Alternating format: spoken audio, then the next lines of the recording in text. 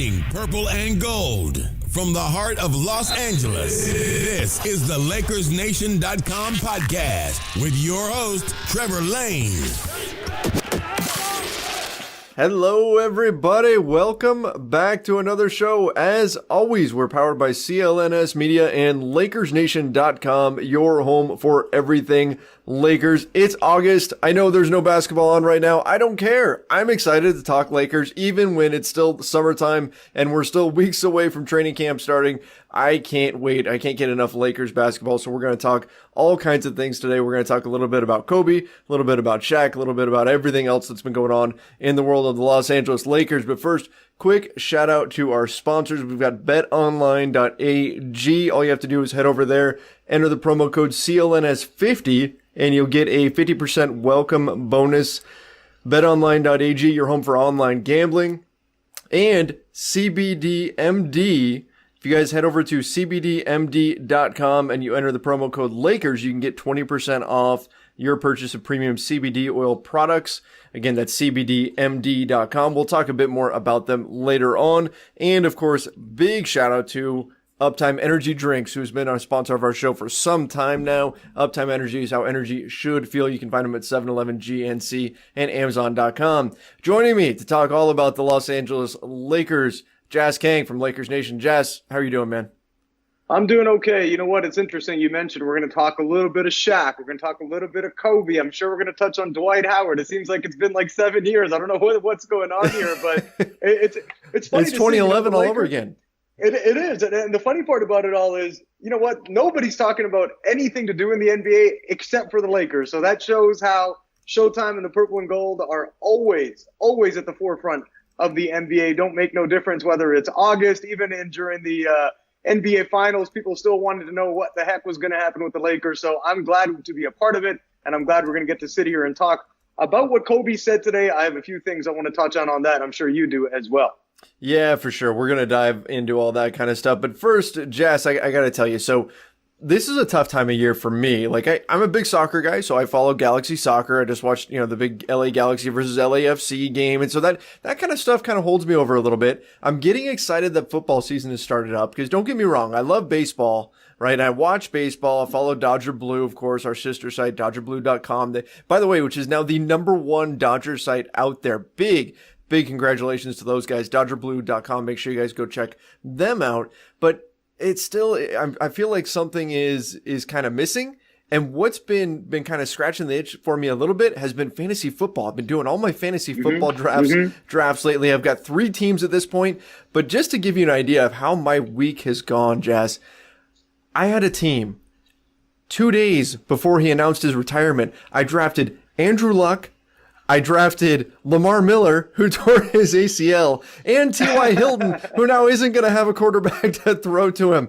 My team is like DOA, and the season hasn't even started yet. That's how things have gone for me so far, Jas. It's still fun, but brutal. Well, it's not gonna be that fun. It's not gonna be that fun in a couple of weeks when the season starts and you're losing every single time. But it's funny because even with me, I did my fantasy football draft yesterday, and we ended up we were just 10 of us in the league. I had the 7th pick.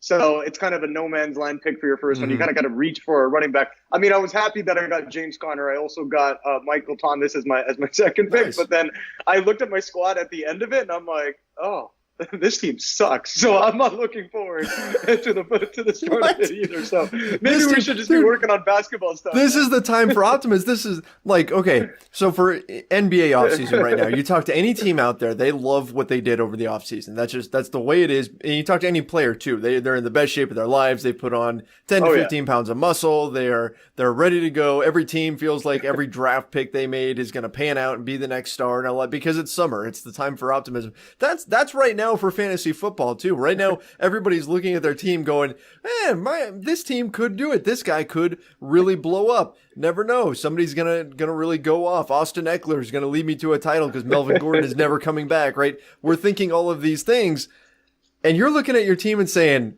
man, I messed this up. Well, you know what? It's funny you were mentioning that. For me, it's kind of the opposite in the summertime. In the summertime, I tend to gain 15 to 20 pounds, and I end up becoming more mopey because I really feel like I have nothing to do. And I think that's happened as I've transitioned into being in my mid-30s, that I look forward to the fall and the start of the NFL season because at least I have something to watch on TV and I have something to do. But I looked at my fantasy team after I was done drafting it. Everybody, my friends are talking smack and they're doing all that. And then I just looked at my roster and I was going to start giving it to other people. And I looked at it and I said, yeah, my team sucks. And that was my first reaction. So I'm looking at it. It's a 13-week season in our league. So I'm probably looking at about a good 4-9, 5-8. But I'll enjoy the Sundays as much as I can, I guess. Jess, you know what? Let's do this here. Let me put you on the spot right now. Okay. If I put together a fantasy league for you and me, and we'll do whatever the first 10 listeners, we'll do a 12-team league, the first 10 listeners to contact me and say they want in, would you do it? Absolutely. 100% I'd be in. Okay. All right. So we're going to do that. You got to go over to my Twitter account, my Twitter handle at Trevor_Lane. Okay. Shoot me a DM. It's wide open. You guys can DM me all you want. Send me your name, your email address. First 10 that I get, I am going to bring you into our fantasy league. We'll set it up on ESPN. We'll do a fantasy football league. We'll do the Lakers Nation podcast fantasy football league, and Jas and I will join it as well. All right. First 10 emails, and then I'm going to put it out there for a day. We'll do a draft sometime this weekend or something like that. I'll put it out there for a day or so. If you don't respond, I'm going to move on to the next person. All right. First 10, go ahead and hit us up. We'll do the Lakers Nation fantasy football league. Look at this. We're making stuff up on the fly. I love it. Hey, don't get yourself in trouble with the misses by keeping those DMs open, man. You might get a message you didn't want, so take it easy with that. Dude, I get when you say stuff about the Lakers like I do, I get all kinds of DMs that I don't want, and not from anything inappropriate or anything like that, but more like, you're an idiot. What kind of take is this and things like that. I'm used to that kind of stuff. Although nobody's sliding into my DMs for anything else, that's for sure. Which if my wife's listening, that's a good thing. Yeah, you better think. That's a good recovery there, Trevor. That's right. We'll keep that one between us. Don't get me in any trouble here, Jess. So let's talk Kobe, I guess. We should get to talking about the Lakers here. Kobe Bryant, he goes on, and he's doing one of these speaking engagements, and he just has all these comments that I'm listening to it, and I'm like, where is this coming from? Like, these stories are coming out. In fact, I'm looking it up to make sure I get the name of the company that he was with right here. But I'm listening to this thing, and I can't believe the things that he's saying, because it's Valuetainment is the name of the company that was producing this video. He's doing a speaking engagement here, and the stuff he's saying, I'm like, oh my God, we've never heard Kobe say these things before, and some of it was pretty interesting about Shaq. Like, I mean, let's just dive right into it. He said he got into a fist fight with Shaquille O'Neal, and then he mentions that he was 18, right? He's getting in a fight with Shaq. He's crazy. What's Kobe thinking? Kobe, well, he's a Mamba mentality. Looks like he delivered on everything that he was the Mamba before he officially became the Mamba with this mentality. And you're looking at him, and he kind of had this. I remember when he first got drafted, right? That's how old I am. I remember he got drafted and the trade, sending Vlade Divac over to Charlotte and him coming in. He had that swagger. You look at his high school, his tape, and you see some of the highlights, and now it's VHS quality. So if you're a kid and you're 18 years or younger, don't bother, because your eyes are going to hurt from having to watch that stuff. But if you look at the way he played and how he carried himself, and I remember that dunk contest that he won to, I forget, it was 97, I think it was, or 90, was it 97 or 98, one of the two. And 97. He just had this aura about him that he doesn't care, man. And he's going to come to play, and he's going to come work hard. And that he's crazy to me for wanting to fight Shaq. I wouldn't fight Shaq if Shaq had a hand tied behind his back and I had a baseball bat in my hand. But that's Kobe for you, and that's why he's one of the greatest of all time to do it. I wouldn't fight Shaq if he had two hands tied behind his back. My God, this guy is 7'1", 325 pounds. I mean, Kobe Bryant is not a small human being. He's 6'6", no. But Shaq, this is a whole different. Shaq's a whole different animal here. Like look, Kobe's nuts if he's trying to get into a fist fight with Shaquille O'Neal, especially when he's a young Kobe. And this is like, we're not talking about like current Shaq, where maybe you can kind of dance around him a little bit and it'd be like Spider-Man versus the Hulk, and you try to get a few shots in here and tire him out or whatever, because you're going to be a little bit quicker. This is prime, like, in shape Shaq, tearing down rims Shaq. The man breaks backboards, and this is who you're going to fight? I mean, I don't know whether to respect Kobe or fear his madness at this point. You know, you have to. It's a little bit of both, man. It's fear by virtue of respect, basically, because you respect the fact that someone at 18, 19 years old has the balls to go up to a guy like Shaquille O'Neal, like you mentioned, and do that. But I think that kind of set the tone for the rest of Kobe's career too, man. I mean, he was never afraid of the big moment, never afraid to speak his mind, and he led really. Some teammates have said that they didn't like the way he was and he was hard on them and whatever. But ultimately, I mean, he led by example. He worked hard. He was in the gym longer than everybody else. And once you earn that right that you can talk to people any way you want to, especially in a professional sports team, man, you got to give that guy credit for having that kind of mentality and having that kind of confidence to do that from the ripe age of 18 going on. Yeah, and I mean, here's what he said. He said it actually helped him in the long run, even though people were looking at him like he was crazy. He said that was a turning point for him because Shaq was not used to anyone stepping up to him. So people thought Kobe was nuts, but Shaq kind of respected him a little bit because who's ever going to pick a fight with Shaq? Shaq was used to just getting to do whatever he wanted, whenever he wanted, because he's Shaq. And Kobe stepping up to him was a moment where, like, okay, yeah, this kid's a little bit nuts, but now I kind of have to respect him too because he stood his ground.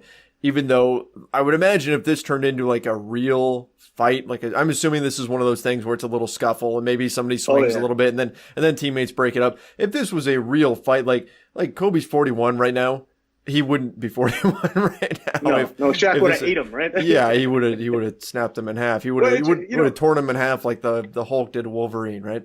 Oh yeah, he would. Shaq would have annihilated him. Shaq had some MMA training too and stuff, so he has some martial arts training as well. So I mean, I would take Shaq in a real street fight in that all day. But you know, you're mentioning the fact that Kobe stepped up to Shaq and nobody had ever challenged him. That kind of reminded me of Michael Jordan, right? You have Bill Cartwright, who not on the same level in terms of skills in terms of Kobe and Shaq, but Bill Cartwright ended up laying one into Jordan. Steve Kerr ended up doing the same thing during a practice with the Bulls that he said he opened up and punched Jordan in the face once too. And ultimately, yeah, man, if you fight back against a guy like that and you're on the same team, so you kind of learn how to coexist anyways, you're damn right you're going to earn that respect of a guy like Shaq, who at that point was really a perennial MVP candidate. So maybe Shaq, you know, that he liked that about him and he kind of liked the feistiness about him. And maybe that helped set the tone for that three-peat that they went on.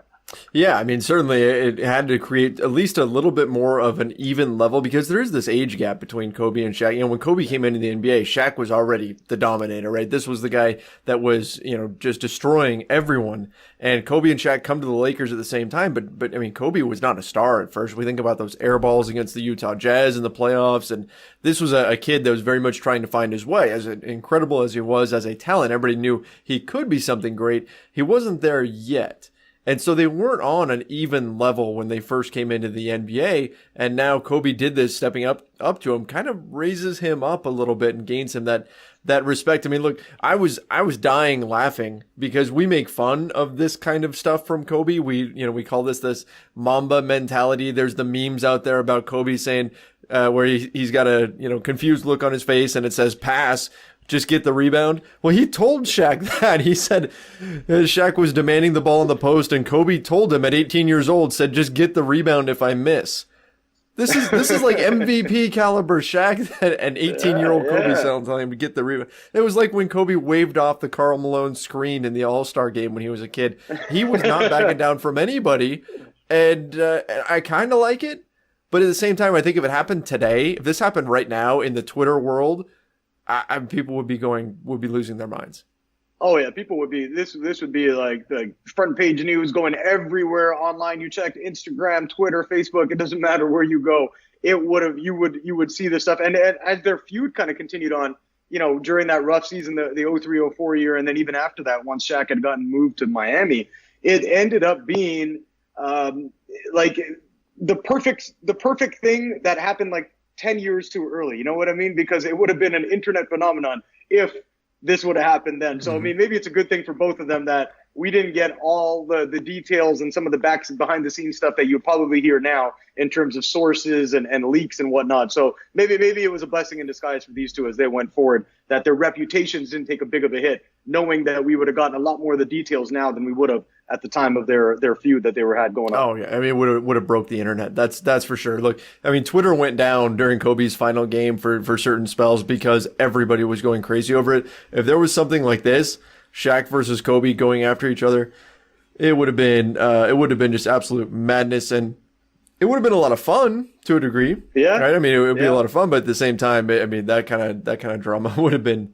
a little bit crazy. I thought it was really interesting too that this is something that a lot of people have said. This isn't the first time we've heard this, but this idea of how good could Shaq have been if he was Kobe, if he had Kobe's work ethic. So if you took Kobe's brain and you put it in Shaq's body, how good that player is. And that question basically gets posed to him. It's asked, hey, if Shaq had your work ethic, how good would you? And Kobe says he would have been the greatest of all time. He said we would have been talking about the greatest basketball player ever. You agree with that?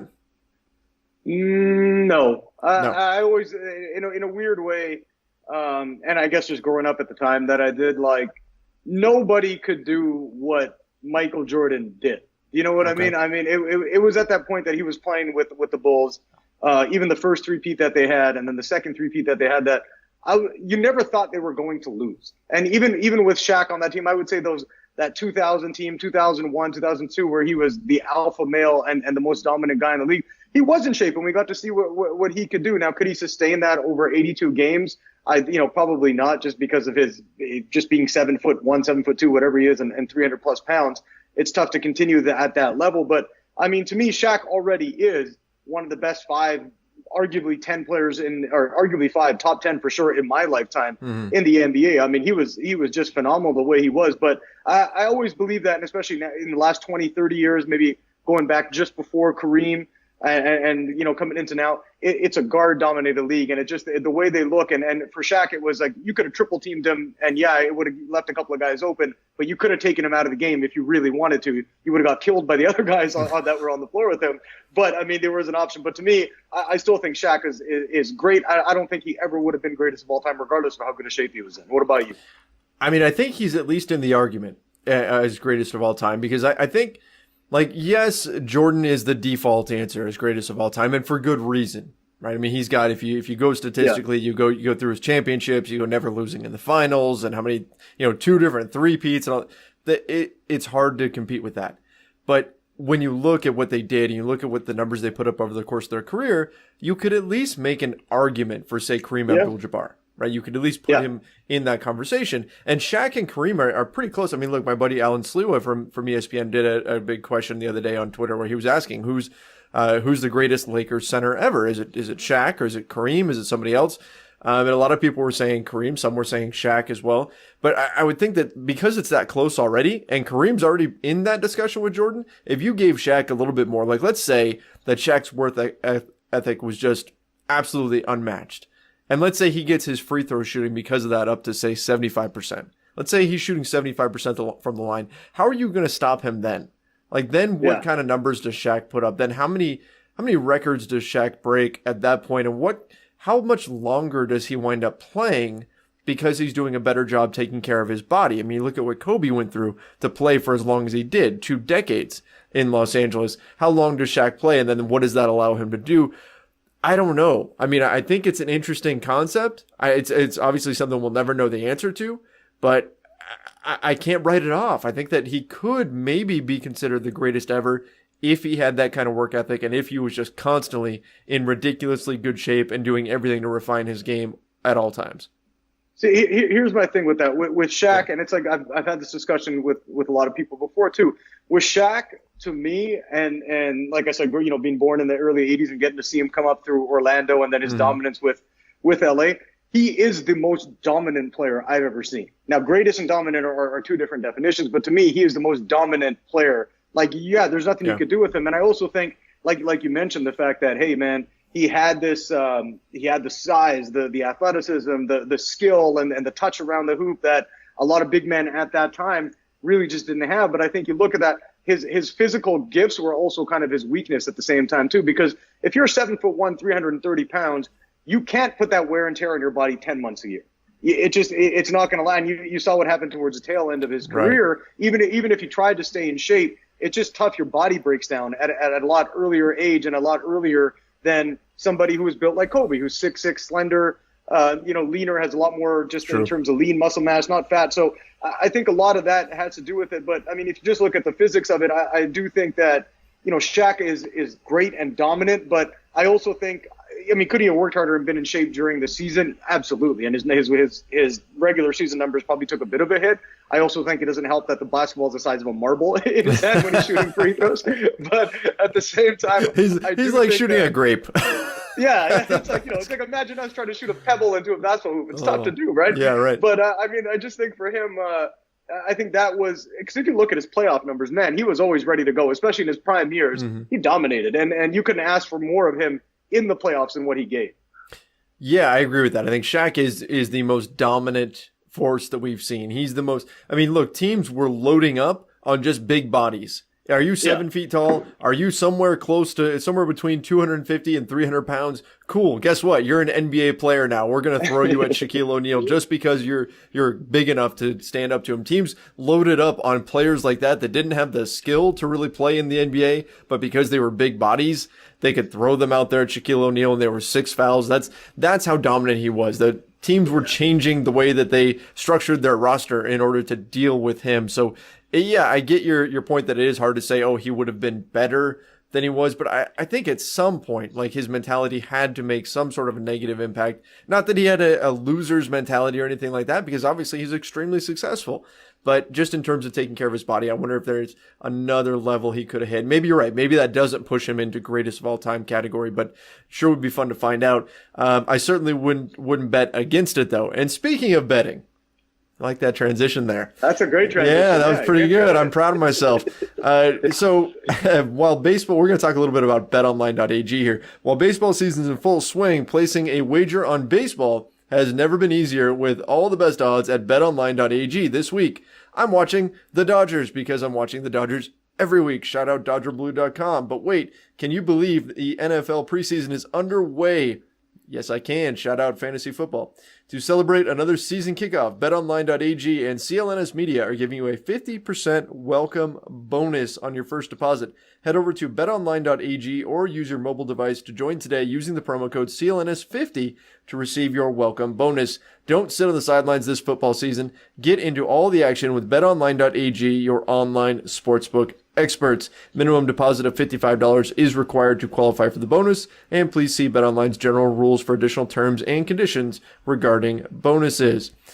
All right, Jazz. So Kobe also threw out this assertion. He said that the Lakers, had Shaq been more committed, that they would have won 12 rings. In fact, Kobe said 12 effing rings, but this is a family show, right? So he said they would have won 12 rings, and I think that's also buying into this idea that if Shaq was more committed, there would have been less friction between Shaq and Kobe, that a lot of their issues stemmed from Kobe being the obsessive player who is just working out nonstop. I mean, his workouts are legendary.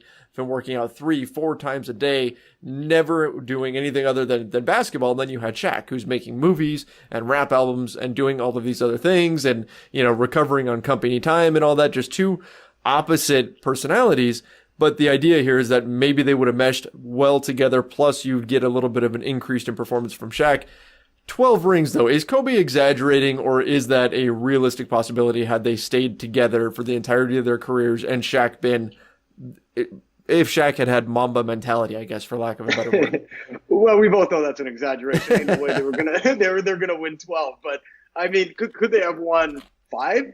I definitely straight. think so. 12 straight. 12. Can you imagine that? The greatest dynasty of all time in any sport. That would be for sure. But I looked at the numbers, and if you look at this, they both came to the Lakers at the same time. So Kobe's averages over the 8 seasons with Shaq in the playoffs, 21 points, 5 boards, 5 assists. Shaq's average over that time, 27, 13 rebounds, just under 3 dimes a game. If you look at the series that they lost, now every young team, and we've seen this in the NBA, it just happens like that. A team coming up to win the championship will take their lumps, right? 97 they lost to Utah, 98 they lost to Utah. You look at Shaq's numbers. 22 a game in the 97 loss in the series to the Jazz. 98, he averaged 31. And then in 99, the loss to the Spurs, he was putting up 23.7. Kobe, young Kobe, 11 points a game in 1997. Still young Kobe, 10 points a game in 98, 21 a game in 1999. So if you look at this and then you look at that 2004 final, which I always think Shaq was amazing in, putting up 26 and 11. Kobe's fault for losing that one, even though the Pistons, I think, weren't going to be beat in that series. But if you look at the continuity of it, I do think Shaq had 2 more years left in terms of 2005 and 2006 that they could have won a ring. But, I mean, I don't know about more than that. What about you? Yeah, I mean, I guess first thing that I take issue with is Kobe's fault that they lost to the Pistons. Come on, Karl Malone was hurt. They were starting Slava Medvedenko. I love Slava, but he is not the guy you want starting in the NBA Finals if you're hoping to win, even though the Lakers were the heavy favorite in that series. But yeah, I mean, look, it's definitely an exaggeration. By the time you get prime-ish Kobe, by the time you get 22, 23-year-old Kobe, by that point, if we're looking at, say, the 99 season, 99-2000, let's say that's the first season you really got just killer Mamba mentality Kobe. By that point, Shaq's already 27. So if you're winning championships from then on and Shaq and Kobe stay together, I mean, even if, let's say they stay together through 2007, Shaq's 34 there, he's already started his decline. It would be tough. It would be tough to win that many championships in a row. 12 obviously is an exaggeration, but I mean, maybe they get 5. I think you're right there. Maybe 5. Oh yeah. That could have been possible had they stayed together. Look, like they lost in 04, 05, or I'm sorry, they lost in 03, 04. That was against the Pistons. But had they stayed together for another couple of seasons, let's say they tried 2 more seasons, who's to say that they couldn't have won in 04, 05, and 05 and 06? Like that definitely could have happened. Shaq was putting up 23-10 with the Miami Heat in 04, 05, and then 20-9 with the Heat, and appearing in 73 games and then 58 games. So obviously he's dealing with some injuries here and there, starting to slow down, but still that's a good enough Shaq. And as you're getting like ultra prime Kobe in those years, that's some of the best Kobe years that you're going to see. I think that team probably could have won a title had they stuck together. Could have won 2, maybe even 3 more. Oh yeah, and going back to that 03, 04, like the Pistons, the one they lost to the Pistons in 5, it was like I know that like I said, on paper the Lakers were the heavy favorite. Yeah. That to me, that Pistons team was so good because they were so balanced, dominant defensively, and they just played together as a team. And all the Lakers' chemistry issues, and as you mentioned, the Karl Malone knee injury, that really kind of torpedoed their chances. And the Pistons just played them well. You know what I mean? They had Tayshaun Prince making Kobe's life a nightmare in terms of defensively.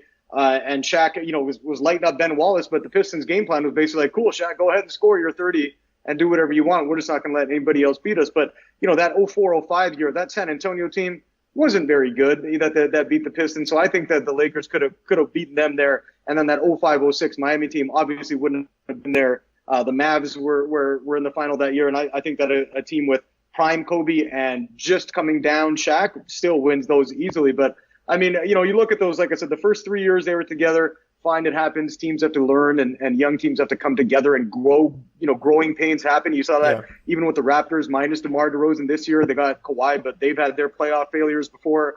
But to me, I mean, if you just look at the numbers of what they did, I think Shaq was amazing in the playoffs every time. Kobe on the come up, obviously not very good, but yeah, it's one of those what ifs. You'll never get an answer to that. It's like if Jordan doesn't retire the first time, sure. Do the Bulls win 8 in a row? Everybody's thinking yes, but I mean, we'll never have an answer to it. Yeah, there's no way to know. We don't have a DeLorean. We can't go back in time and change their minds or anything. But I remember thinking at the time when Shaq was getting traded, I remember thinking someday they're going to talk about this and they're going to regret it.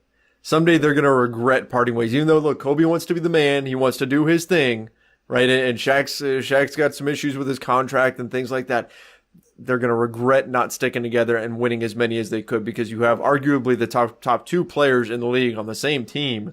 And man, that was a fun team to watch. That was an exciting time to be a Lakers fan. And then they take that big step back. Shaq leaves, and suddenly it's Kobe's team with Lamar Odom and Caron Butler and Brian Grant and Smush Parker and all these guys coming through. See, he had some good games. Smush Parker had some moments, but Smush Parker and then a young Luke Walton getting out there and.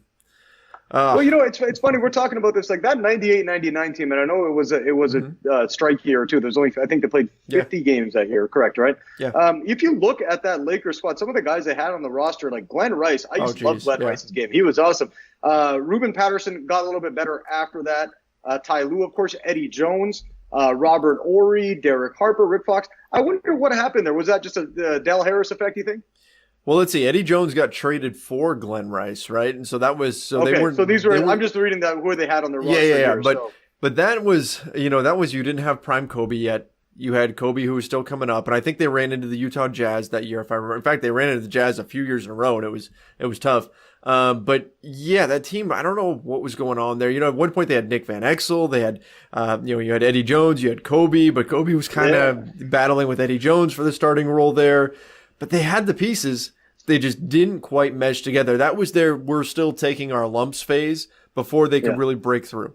And it was still fun. They were still an exciting young team, but it wasn't until 2000 that they finally broke through and they made it all the way. And then everybody went, "Oh crap, this is going to be a team to reckon with for a long time now." And again, it feels like that run could have been longer. The Shaq Kobe run could have gone longer. How much credit do you give to Phil Jackson for that 2000 championship team coming in and kind of reinventing everything? Because it was basically the same squad minus a couple of spare parts. Yeah. How much of an effect do you think it had bringing him in to lead that team? I think it was big. I think it was. I think that there wasn't so much. It's not like Phil came in and said, "Here's the triangle offense. It's going to solve everything," because the triangle offense is magical, and now everything. Now you're just going to dominate everyone, and nobody's going to be able to stop you. I don't think it was necessarily an X's and O's thing. I think it was more of just getting the right pieces to mesh together. And when you've got that kind of talent, that's the kind of coach Phil Jackson is, right? You're not going to bring in Phil Jackson to completely reinvent your offense and revolutionize the game, right? You're not going to get a 7 seconds or less style revolution that completely changes the game of basketball. You're not getting that from Phil Jackson. Okay, you're not getting the sideline out of bounds plays that you get out of like a Doc Rivers, right? Or Brad Stevens or any of those coaches. That wasn't really Phil. But getting personalities to mesh together, finding ways to make the pieces fit, that's Phil Jackson. And that was the brilliance. And that's why I think that he did make a huge impact, because he had all that talent that was ready. They were ready to win. They just didn't quite mesh together the way they needed to. And then Phil was able to be that kind of piece that pushed them over the top and got them to perform to their highest level. It's funny with Phil Jackson. I mean, again, you can go back to Red Auerbach, probably the greatest coach in NBA history, as much as it pains us to say that being on Lakers Nation. But I mean, if you look at it, like Phil Jackson, of our lifetime, the greatest. But if you look at the teams he had, man, you know what I mean? And I look at guys like Rick Adelman, who, just got there a couple times, had it, just didn't have to get over the hump to really be an NBA champion. And then you look at I'm forgetting one more coach, and George Karl is another guy, sure, who was around, who had the good squads. But you look at Phil Jackson, man. I mean, getting to coach Michael Jordan in his prime all the way through, getting to coach Kobe in his prime, Shaq in his prime. He had it pretty damn good too. Don't get me wrong, he's a fantastic coach. And I love his biographies. I always like reading them. But then you also saw what it's like when he's in charge of kind of running the organization and putting the team together. That's a little different. How much of a disaster? Yeah, that was a disaster with the Knicks. All right, so let's we're going to move on from our trip into the past here in just a moment. First, I want to talk a little bit about CBD MD. If we've learned anything from LeBron's career, it's that taking care of your body is important if you want to stay on the court when it matters most. Even if you don't play in the NBA, getting the natural support your body needs is crucial to being at the top of your game. That's why thousands of athletes, from weekend warriors to Ice Cubes, Big Three Basketball League, trust CBD MD to provide them with premium CBD oil products and high quality relief. There's a lot of athletes today that are using these. They have post-workout topicals. They also have CBD gummies. Those are a great, tasty way to get your full body support throughout the day. And to make it even easier to see what CBD can do for yourself, CBD MD is offering all of Lakers Nation listeners 20% off your order at cbdmd.com when you use the promo code LAKERS at checkout. Once again, that's cbdmd.com, promo code LAKERS at checkout to save 20% on your purchase of premium CBD oil products from CBD MD. All right, Jazz. So I want to ask you, have you seen the videos going around of Dwight Howard working out, getting ready for this NBA season? Have you seen what he's doing? Because if you haven't, I'm going to tell you, and I can't wait to see the expression on your face. I have not seen them yet. He's working on his long-range jumpers. Okay. He's shooting about a step in from the three-point line, and we're seeing him shooting basically Tim Duncan-style bank shots. Those are the videos that have been going around lately. Does that concern you? Yes and no. Yes, in the sense that I hope he's not doing that often when he's on the court with the Lakers, because that's not going to be a good thing. But you know what? If he can develop it that he's a competent shooter and maybe shooting one every couple of games, I don't see anything wrong with him trying to develop that skill. What about you? I guess I can understand it in practice if it's just something that you want to work on. Okay, but realistically, I don't think it's a shot he should be taking unless it's shot clock's winding down. Oh no, the ball's in Dwight's hands. He has to shoot it, right? That's all you can really do for Dwight Howard at this point. I mean, he's proven time and time again that's not a shot that you want him shooting. If you look at his free throw percentage, he's a 57% free throw shooter for his career. This guy is not a good shooter. He doesn't have any kind of range. I would say he's even not a good offensive player now that his athleticism has waned. Maybe he's resorting to getting in the jumper a little bit. And I have seen him make some before in games, by the way. He's taken them and made them. But maybe he's resorting to that because his athleticism is failing him a little bit, and so he isn't getting the looks inside that he would want. But I don't know. I mean, I'm not expecting him to turn into Brook Lopez, where suddenly Brook Lopez shows up one season and he's shooting threes, and that's almost all he does at this point. I don't think that's going to happen, but I don't want to make too big of a deal out of it because it's like a 4-minute clip, if that, of him shooting some jumpers, and that's fine. But I just hope he doesn't really think that's part of his arsenal that the Lakers are going to be suddenly leaning on, unless he gets to a point where he can prove that he can consistently hit that shot. And let me tell you, Jess, it's not pretty. This Dwight Howard jumper from out there, it is not. It does not look good. All right, he makes them; they go in. I guess that's all that matters. But I don't know. I'm a little bit just given Dwight's history, I'm a little bit concerned about it. Who's a better jump shooter right now at this point, Dwight Howard or Ben Simmons? Ben Simmons, and that's I'm kidding, yeah. But you have to think about it. That's not saying a lot about Ben Simmons, though. But I've seen Ben Simmons make some threes in a pickup game, and so by that, just from that body of work, I can say he's probably a better jump shooter than Dwight. No, Dwight. I mean, if Dwight tries to do that stuff and he's getting caught up in settling for jumpers at points where maybe he's just like a swingman in terms of the play and he's standing close to the three-point line, LeBron James and Anthony Davis will tell him to park his butt on the bench so fast that he will be out of the Lakers and off the team and out of the league real quick. He's going to understand that pretty fast, that that's not the game they want him playing. Like I said, I mean, in today's NBA, though, you do have to be able to stretch the floor a little bit.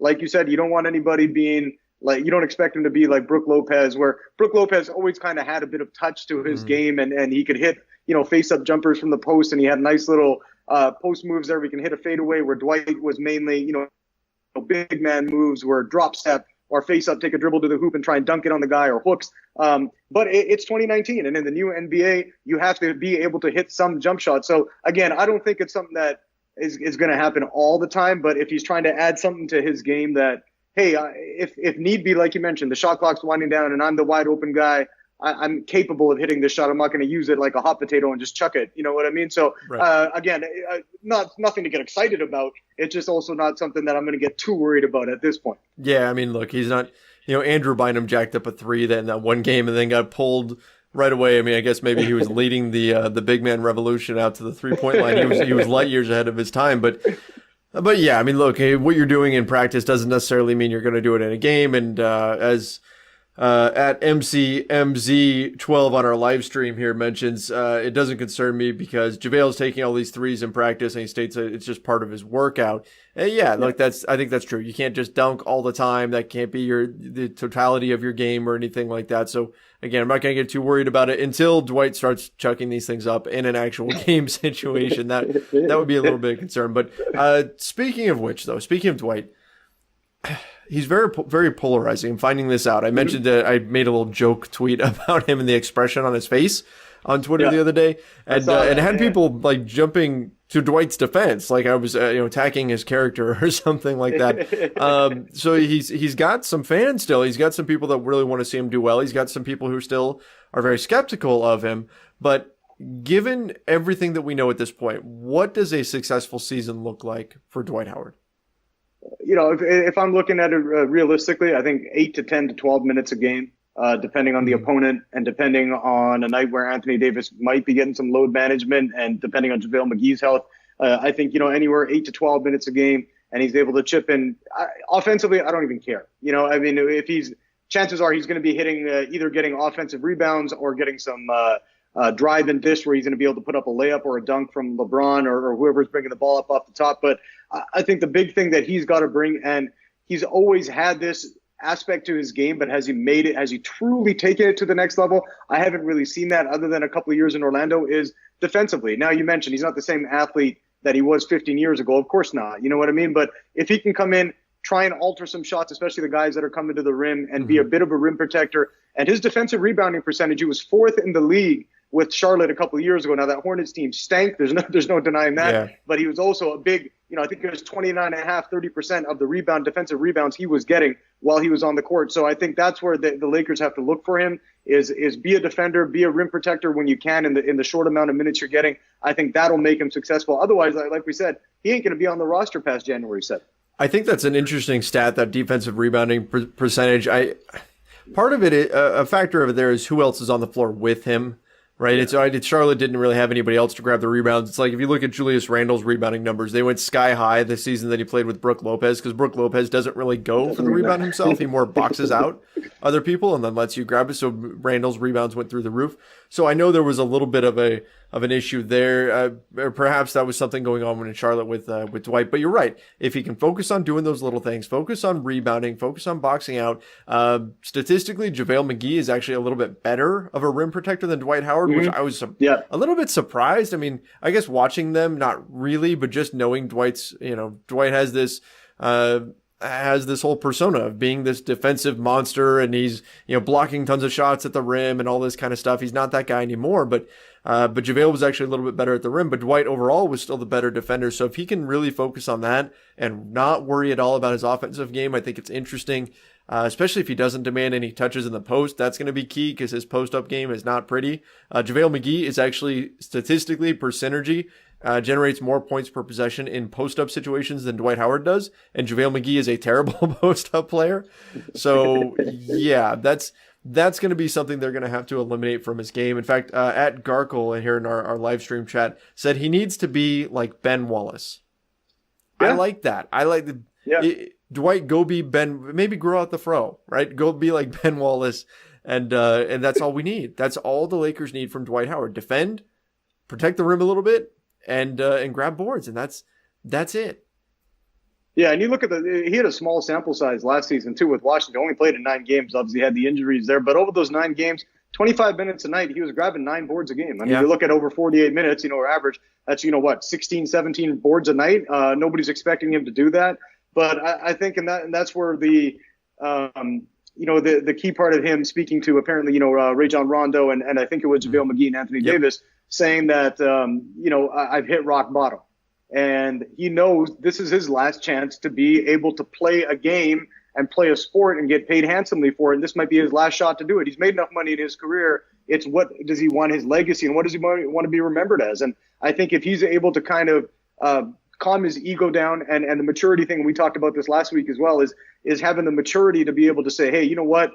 These guys need me to be a role player. And that's all he's got to do. So, I mean, and I agree with that comment. It's like, come in, he's going to have to be a poor man's Ben Wallace. Nobody's expecting him to be 2004, 2005 Ben Wallace. But, I mean, come in, like you said, try and block a shot a game, get 4, 5, 6 rebounds, and just alter some shots defensively and take up some space down low where it makes the other hard on the other team to score, and not worried so much about what he's got to do with the ball in his hand. Because, like you mentioned, I mean, if JaVale McGee's averaging more in terms of synergy and post-ups and doing those ugly sweeping hooks that we saw, then we don't want to see Dwight Howard with the ball down low. No, yeah, that's definitely something that's not going to work. Dwight's got the little lefty jump hook that he goes to. That, I mean, it's they've got to get rid of that option. He was in I want to say it was 33rd percentile or something like that on synergy in post-up situations, which is not good at all. So that's something that they've got to try to eliminate. I think it's going to be really interesting to see how he interacts with everybody, how he manages playing alongside a guy like an Anthony Davis. Because, the one thing is, you look at Dwight's career, has he played on a team this talented before? I mean, obviously you think about playing with Kobe, playing with Pau, playing with Steve Nash. He had that one season he's played with James Harden, but he's got this talent now around him. And hopefully if he's a little bit more humble this season, he might have, he's been kind of checked a little bit. he could have more success than what he had with, I guess I should say, similarly talented teams to what the Lakers have now with LeBron James and Anthony Davis. So I kind of wonder if just a more mature Dwight can find more success than he ever has in the past on a team that has a real chance here. Well, I think there's two factors to that, Trevor. I think one, you're looking at when he played in the Lakers last time, that 2012-2013 season, it was still Kobe's team, though obviously Kobe was past his prime. But and this is not a knock on Kobe, because Kobe came up in the age where it was commendable to be stone cold. It was good to almost be a badass, you know what I mean? And getting mad at your teammates. And Dwight has always come up in terms of the ho-hum, I want to have fun and I want to enjoy myself. So They obviously butted heads. And you look at it now, okay, two factors in that. One, like you mentioned, Dwight Howard's 6 years older, hopefully more mature at this age than he was at that time, now being in his current status. But number two, the leaders around him, guys like LeBron, guys like Anthony Davis, they like and they basically are the two guys who exemplify the, you know, let's be a team and win together. And LeBron, as much as he can be, I'm sure he's been a hard teammate behind closed doors, he also publicly and during games doesn't really put his teammates down too much. And he's not in your face. And you don't hear stories about LeBron putting his finger and wagging his finger in people's faces. So I think it's two factors there that are going to hopefully help Dwight be a little bit more mature. One is that his age and being humbled with the fact that you're not this MVP candidate anymore. If anything, you're actually a spare part and you're replaceable. And number two, being on a team with leaders who maybe have a similar outlook on the world that he does, which is, hey, you know what? Let's all do this collectively and do it together. And we have one goal and one unit, and let's go out there and make it happen. Yeah, that's what it's going to come down to. It's going to come down to that mentality, and can he buy in? And if he can't, you look at the contract that he's got, he could be gone in a second. I mean, just, you know, he looks at somebody the wrong way and it could be, okay, that's it. See you later. They don't even have to have a reason, really. They can get rid of Dwight at any moment. And that's, that's credit to the Lakers for building in that fail safe so that if things don't work out the way they wanted to, they can move on to someone else. Now, maybe there's an opportunity cost. Maybe, let's say the second option was Joakim Noah and somebody else sweeps him up. And then meanwhile, you've spent time on Dwight Howard, things don't work, and now you have to go and hit the center market again, and this time Noah's gone, right? That's always a possibility, but I think there's a real chance that this works. I'm going to stay optimistic here. I think that this could work out for Dwight, and it could work out for the Lakers as well. They could mutually benefit from this, and I'm really hoping that it does, because this would be a really nice way to kind of bookend his career. Whenever his career does end, to come back around to the Lakers and at least do what you can to try to right that wrong, because he certainly left the Lakers on a sour note, and it would be quite a redemption story. So I'm really interested in that narrative. Yeah, I think that there's two factors in this, is Dwight, and I don't think the Lakers are going to have anything to really do with how long he's around. Like in terms of, it's going to be on Dwight. There's two factors, and there's two factors anything you do in life, really. Is he mentally going to be there? And physically, is his body going to hold up? Because we've seen, last year he had the hamstring injuries, which led to some back problems. If his body holds up and his brain holds up, I think he'll be on the team come time for April rolling into the playoffs. Yeah, I'd like to see it. I'd like to see him finish with some success here with the Los Angeles Lakers. All right, Jazz. So I think we've covered a ton. We've talked all about, Shaq and Kobe and this fist fight that they apparently got into, and Kobe is still alive. He survived it. He actually got into a fight with Shaq and lived through. We reminisced a little bit about the glory days of Shaq and Kobe playing together. We talked a little bit about Dwight, talked about all kinds of things, even set up a fantasy football league. Again, I'll throw this out there. I've already gotten a number of responses here. First 10 to respond, shoot me your email address in my DMs on Twitter. They're open. Go ahead and send me your email address. First 10 people to respond. We're going to start up a fantasy football league for the Lakers Nation podcast listeners. We'll get 10 of you in there with Jas and I, and we'll have a fun season playing a little fantasy football. So go ahead and do that. Got to be warned. Jas is a San Francisco 49ers fan. So give you that little intel there. So you probably know where he's going on draft day, so we can see. Matt Breida, Jimmy G, Deebo Samuel, Dante Pettis. Let's go, baby. Hey, that's first my round team number right there. Number 1 overall, Tevin Coleman. Go for it. Yeah. Well, you know what? Probably better than how my team drafted yesterday. So we'll see what ends up happening this one. the 10 people who join with us are going to be lucky because we stink apparently at fantasy football. So well, good for them. I will say I was in a league last year where I came in dead last, so you never know. I came second last in mine, so yeah, we'll be bringing up the rear in this one too. Okay, I'm pretty sure. People can make fun of us all season then for how terrible we are at fantasy football. Before we get out of here, guys, do me a favor. Head over to Apple Podcasts, rate, review, and subscribe to this show. I've been going through the reviews, going through all the ratings. In fact, Denise Jones is going to be joining me on our next show, and we're going to be going through some of them because a number of the questions were directed towards her. So we'll be going through some of your questions and things. So if you have a question that you want to get on the show, great way to do it is just submit a review on Apple Podcasts, 5-star review preferably, and we'll make sure on this next show we start going through those and responding. So go ahead and do that. If you have any questions about the Lakers or whatever else, fire them away on Apple Podcasts. We'd definitely appreciate that. It helps out the show and make sure that you get your question answered. All right, guys, that's going to wrap things up for today. Head over to LakersNation.com, your home for everything Lakers. Make sure that you are following us on social media. That's at Lakers Nation on Twitter and Facebook. You can find us at Lakers Nation Official on Instagram. And, of course, check out the Lakers Nation YouTube channel and hit that subscribe button there as well. You can follow Jazz at JazzKang21 on Twitter. You can follow me at Trevor_Lane and at Trevor Lane NBA on Instagram. Jazz, I don't remember what your Instagram is. Is it the same? Everything's the same, 21, and everybody wonders why. It's because I was a homeless man's version of Tim Duncan in high school basketball. That's why. So that's where it comes from. Okay. That's where it comes from. Timmy. All right. I'm going to have to remember that. All right, guys. Thanks everybody for listening. Thanks everybody for hopping in here. I just saw one question popped up in our live feed. Comments asking how you joined this fantasy football league. Again, you've got to send me your email address. DM me your email address. First 10 get it, and if I send it out and they don't respond within a day, I'm going to move on to the next person, and then we're going to see if we can get this league going. It's going to be an ESPN league. We'll set up a draft for sometime this weekend. I'm thinking maybe sometime on Saturday we'll get a draft going. All right. Thanks everybody for listening. Till next time. See ya.